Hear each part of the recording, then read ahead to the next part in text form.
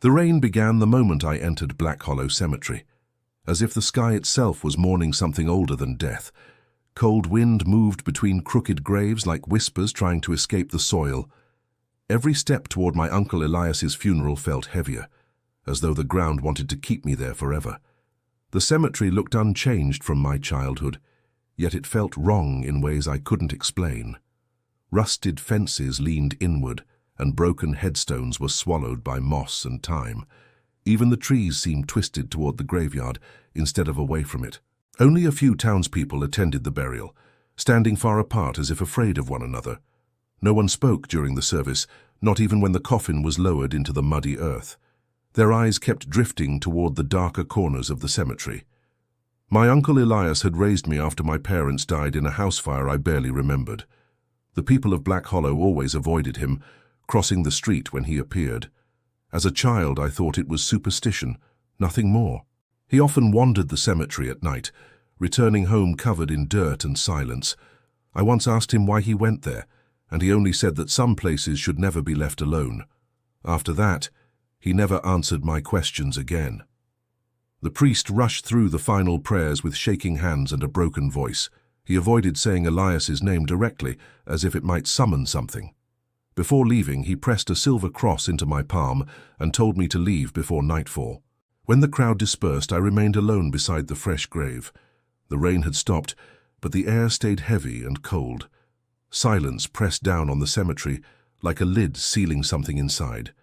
A scraping sound came from the far end of the graveyard, faint but deliberate. At first I thought it was metal shifting in the wind.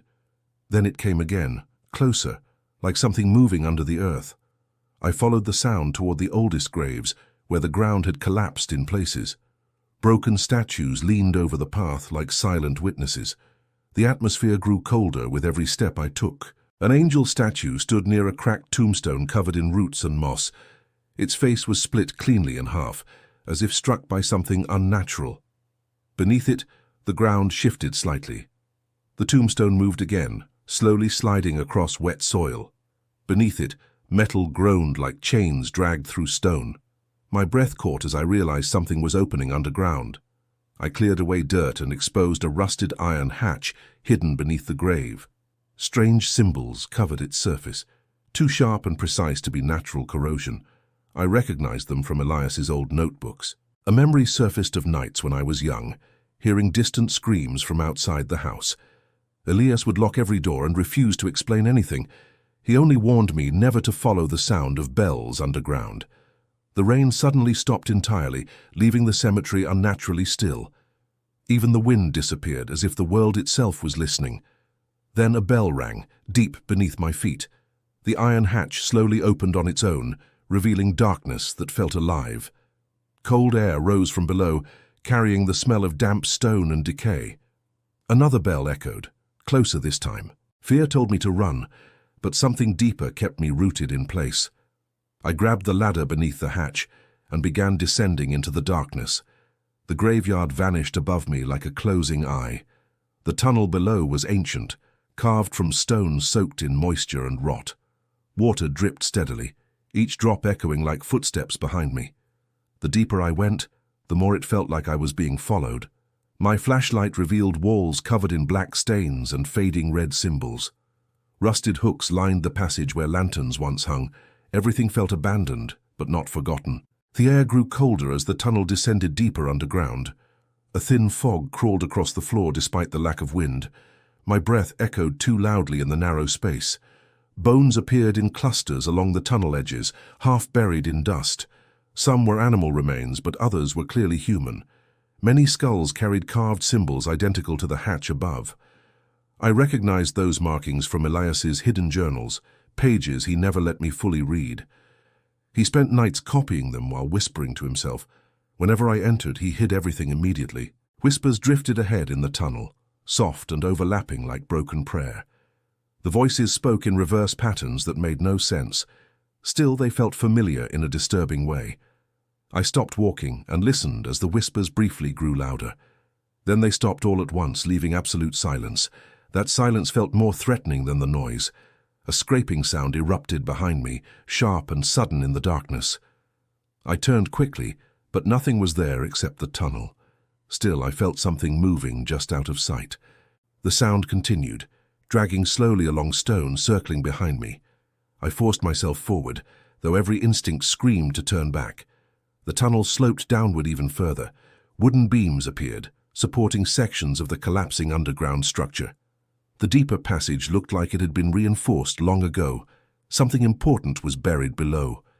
Then I found a coffin embedded in the tunnel wall, locked behind iron bars. Fresh scratches covered the wood from the inside. Something had been trapped there recently. More coffins appeared further down, each chained and sealed with names carved into them. Some chains trembled slightly as I passed. I avoided looking too closely at them. A sudden knock came from inside one of the coffins. Then another, slower and heavier. A distant bell echoed through the tunnel immediately after. The knocking stopped, replaced by silence that felt unnatural.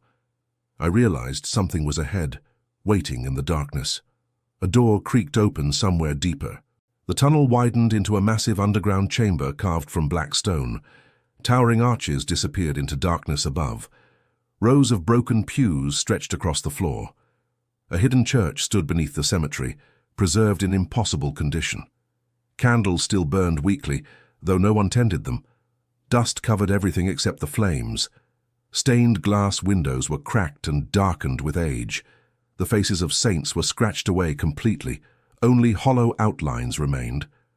At the far end stood an altar covered in black cloth, stained with something dark and old. An upside-down cross hung behind it. The air felt suffocating.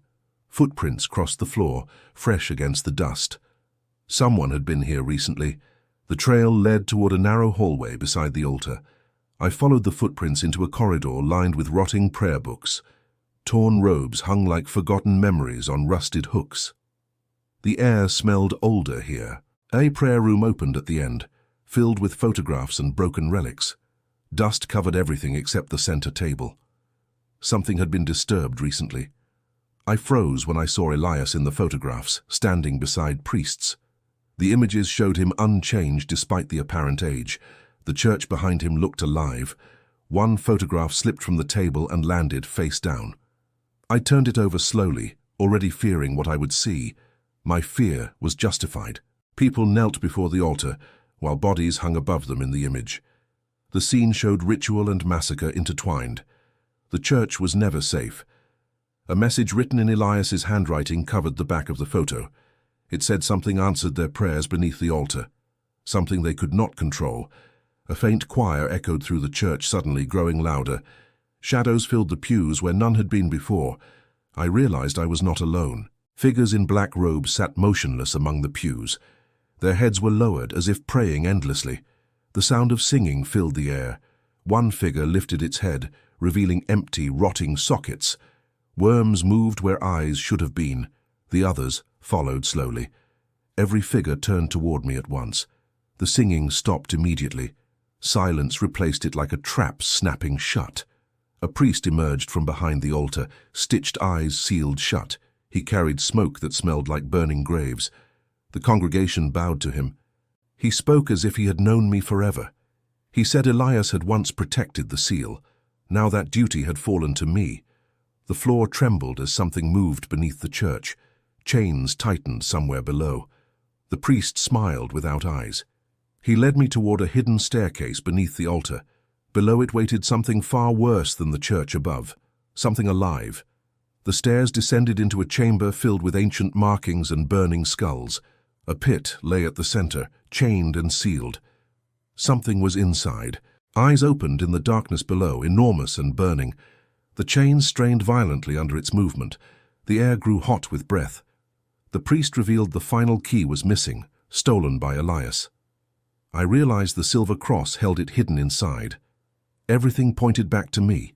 The creature roared, shaking the entire structure. The priest demanded I release it. He believed it was already too late. I refused and used the hidden key on the glowing chains. Light exploded through the chamber. The creature screamed in agony. The chains tightened, dragging the horror back into the abyss. The priest disintegrated into ash. Silence returned slowly. The church collapsed behind me as I escaped through the tunnel. Coffins burst open along the way. Something tried to follow. I emerged into the cemetery just as everything fell silent. The hatch sealed itself behind me. Black Hollow felt different forever. I left the town before sunrise, never returning again. But the bells still ring in my dreams, and sometimes I hear them beneath the ground.